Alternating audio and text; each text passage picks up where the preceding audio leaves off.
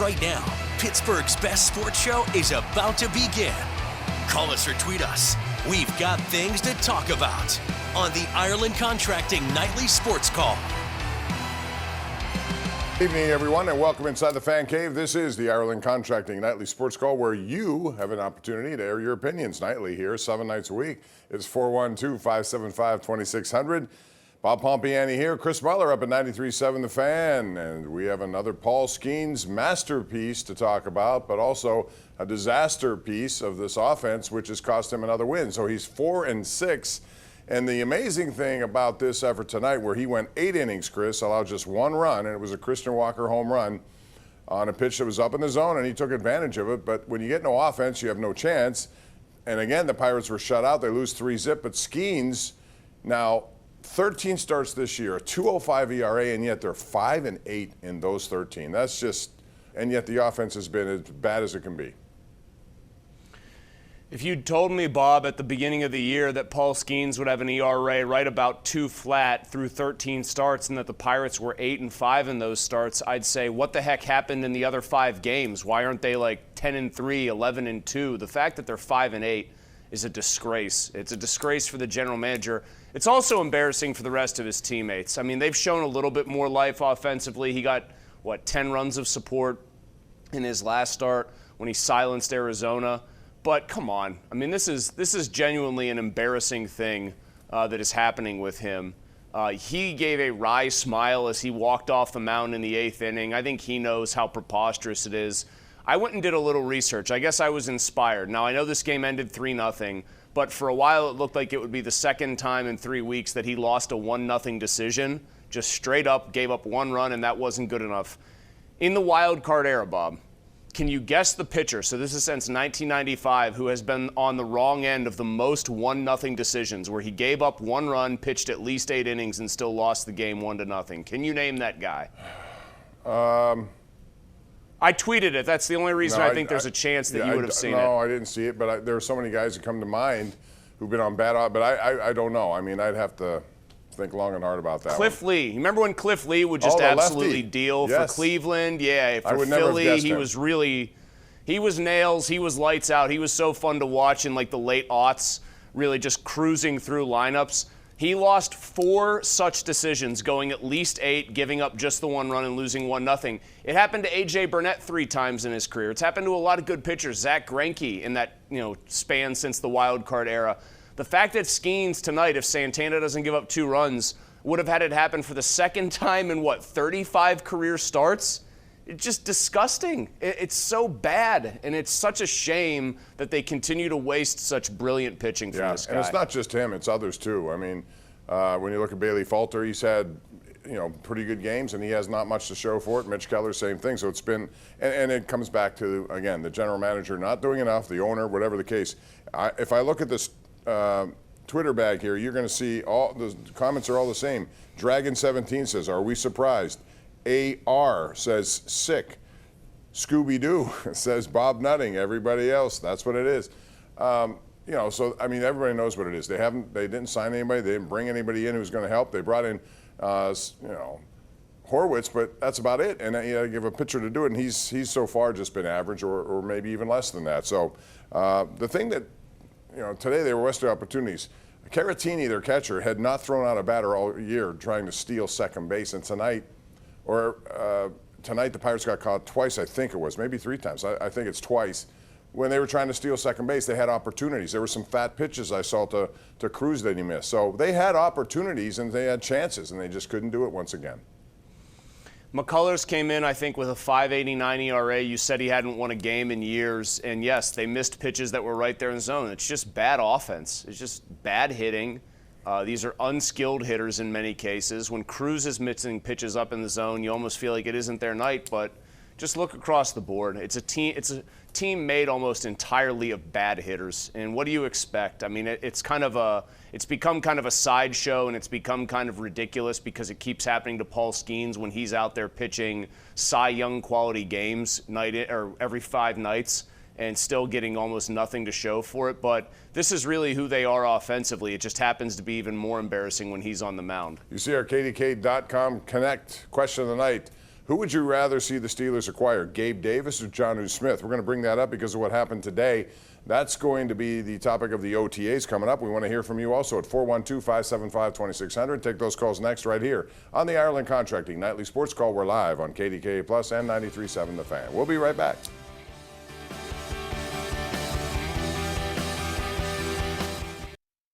All right, welcome back from Adam Schefter. This is our Xfinity tweet of the night. According to his sources, tight end Donald Parham, who they brought in here, he was a free agent signing, suffered a torn Achilles today during the OTAs. It's now likely to end his 2025 season. And because of that now, there seems to be, and again, this is Adam Schefter doing this, and I'm not sure how much of this is agent play or not, but Jonnu Smith's name has come up again. A lot of people have shot that down. We'll see what it means, but, you know, they need a number 2 receiver, and Gabe Davis is another guy now in the conversation, and that's the subject of our KDKA.com Connect poll of the night.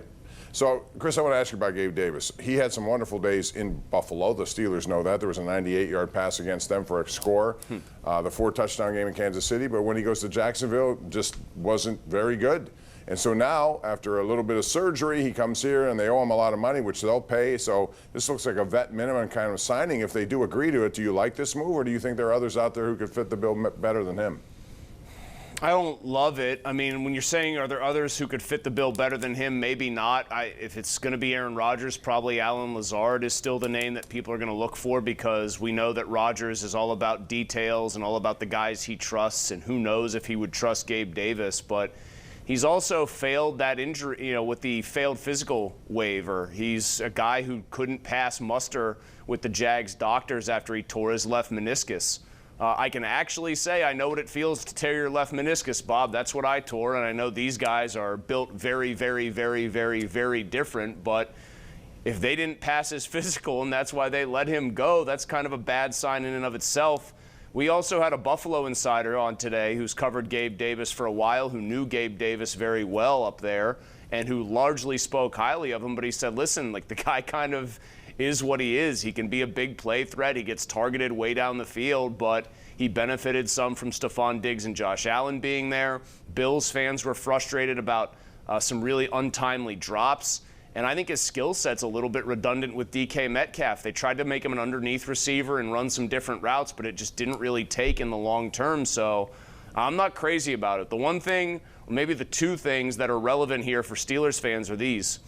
We heard that he is an extremely willing and capable blocker, that he stays out on the field, or did for the Bills more than even Diggs did, because they could trust him on running sets. So, Arthur Smith, he hears that or he sees that on tape, he's probably loving it.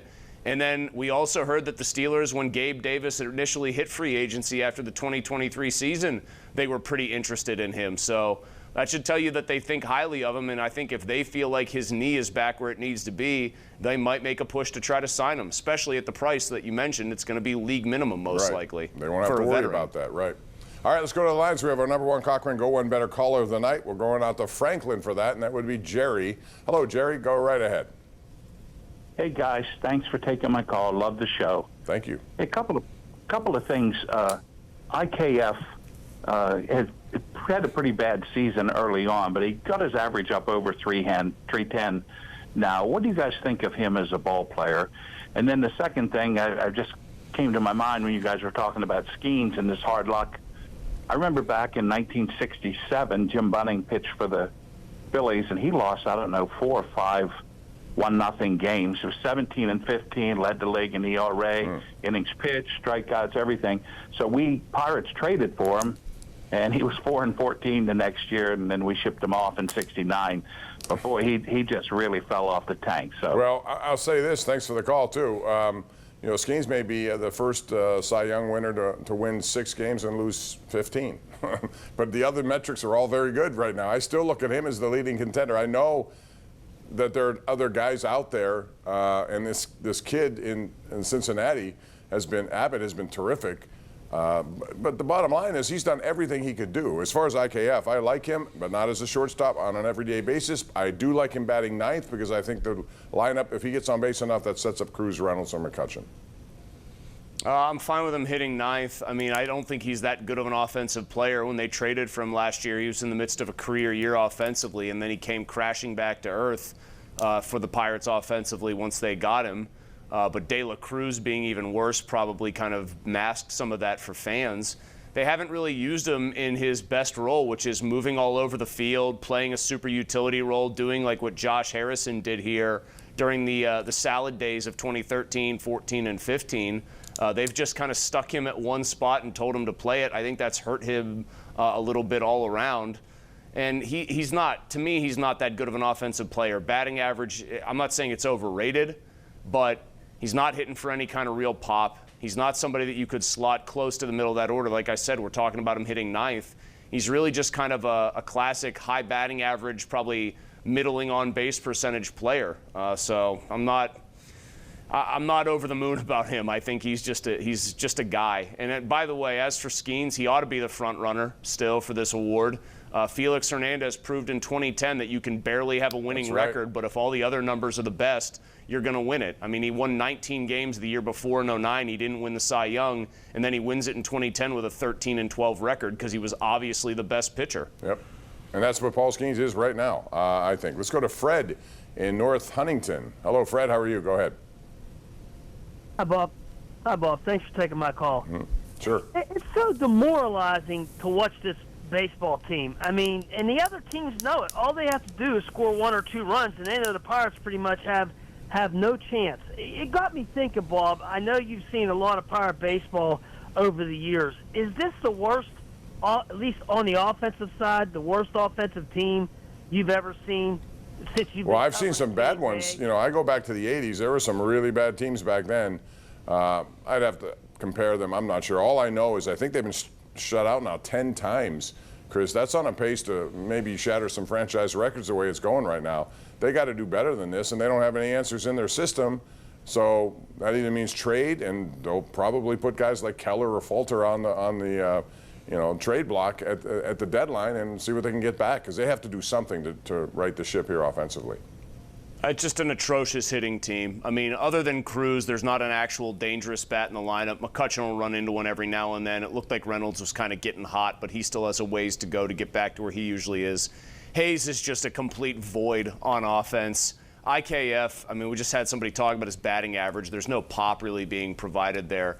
This idea that was propagated that Nick Gonzalez was going to be their savior when he got back to the lineup was the height of insanity. Like, what are we doing here? Nick Gonzalez, and we're talking this way? They've ruined a guy like Jack Sawinski, who had a certain approach that seemed to work, and then they tried to tweak it. They tried to tinker with him, and it didn't work at all. Made him way worse. He's not even a major league player at this point. Henry Davis still can't get going. I mean, he reached, on catcher's interference in this game. It's just... they are void of good bats. They don't know how to develop them. They don't know how to identify them. It's almost an accident if somebody comes up through this system. And it's been this way for a while. It's not just the Charrington regime. Huntington had trouble developing hitters as well. I know it's a hitter-friendly, or it's a pitcher-friendly ballpark, excuse me, Bob, but my God, these guys make it easy on opposing pitchers. They really do. Dave in Munhall is next up. Dave, go right ahead. You're on the air. Yeah, I loved John O. Smith in his early days in Tennessee. And Gabe Davis had some good years with Buffalo. Yep. But I think they're both not worth the investment it would take to sign them. Well, I'll say this about John Smith. Not only does he have a relationship with Arthur Smith, but last year his numbers were pretty good. 88 receptions, 8 touchdowns. I mean, you can certainly make good with that. I'm not sure about the price. He wants more money, and I don't know what he was making. Chris, to you last year, is it in the 5 to 7? Okay, 4.5. Or he's going to want more than that. He was making 4.5. Yeah, I still think. I know Schefter, like right after I got off the air today, because we all treated it as a done issue that they weren't going to acquire him. I know Schefter said, reignited trade talks, and look what happened to Donald Parham, and that stinks. But hey, by the way, John Smith. Again, I'll point out, as I think everybody has by now, he's pretty friendly with Drew Rosenhaus, maybe the biggest agent going in the NFL, and Drew Rosenhaus reps John Smith. And once in a while, we know most of these national insiders get a lot of their scoops from agents. Yeah. Once in a while, they've got to pay that back with a favor. I think you can kind of connect the dots and see how this works. But he's doubling down on this one. So maybe Dolphins aren't moving, and he wants them to move. I don't know. I thought that thing was over with. I still don't believe it, but you never know until something happens. And the Steelers do need help. There's no question about that. We got to take a break here. Come back with more. It's 412-575-2600. The Ireland Contracting Nightly Sports Call continues right after this timeout. All right, Ken Rice is standing by with a preview of tonight's 11 o'clock news on KDKA. Ken, take it away. Yeah, Bob, covering 2 shootings in the area, 2 men dead. We have new details from Lawrenceville and Ambridge. Plus the warning about boating when the rivers are this high, and Ray Petland tracking a hot one tomorrow. All coming up right here at 11, Bob. All right, Ken, thanks very much. You know, Chris, I cannot figure out the NBA and how they treat some of its coaches. I was a little bit surprised, maybe more, with Michael Malone, who was fired by Denver. And then it was a playoff team, and, he had success. They won a championship. And then today out of New York, you hear that Tom Thibodeau has been fired after 2 back-to-back 50-win seasons. They got to the Eastern Conference Finals. I mean, what's a coach got to do? He's one of the best in the game. And then what does it say about the next guy coming in? What are the expectations for them? Have you heard that Doc Rivers' name has already been bandied about, which I just think would be profoundly funny because he's a mess. I don't know. I think Thibodeau has a well-earned reputation for sometimes playing his starters way too much. But he adjusted in the playoffs. I don't really. He changed a little bit. Yeah, anyway. I thought he changed a little bit, and I just thought they were victimized by kind of an all-time heater of a performance by the Pacers in the fourth quarter of Game 1 that totally changed the complexion of the series. But man, this just seems like a rash move by James Dolan. I think that's what it really gets down to. You say the NBA treats coaches oddly, and they do. This is James Dolan being a very impulsive, very bad owner. And I'm no Thibodeau is this great coach kind of person here, but he deserved better than this after the season he had with them. Absolutely. And I think the Pacers are going to lose to OKC, but I wouldn't be surprised if Indiana, because they've bucked the odds 3 different times, they may make this better than you think. Gentleman's sweep. It's going to be a gentleman's sweep. Right. I regret to inform you. Good night. We'll do it again tomorrow night. Thanks for joining us tonight.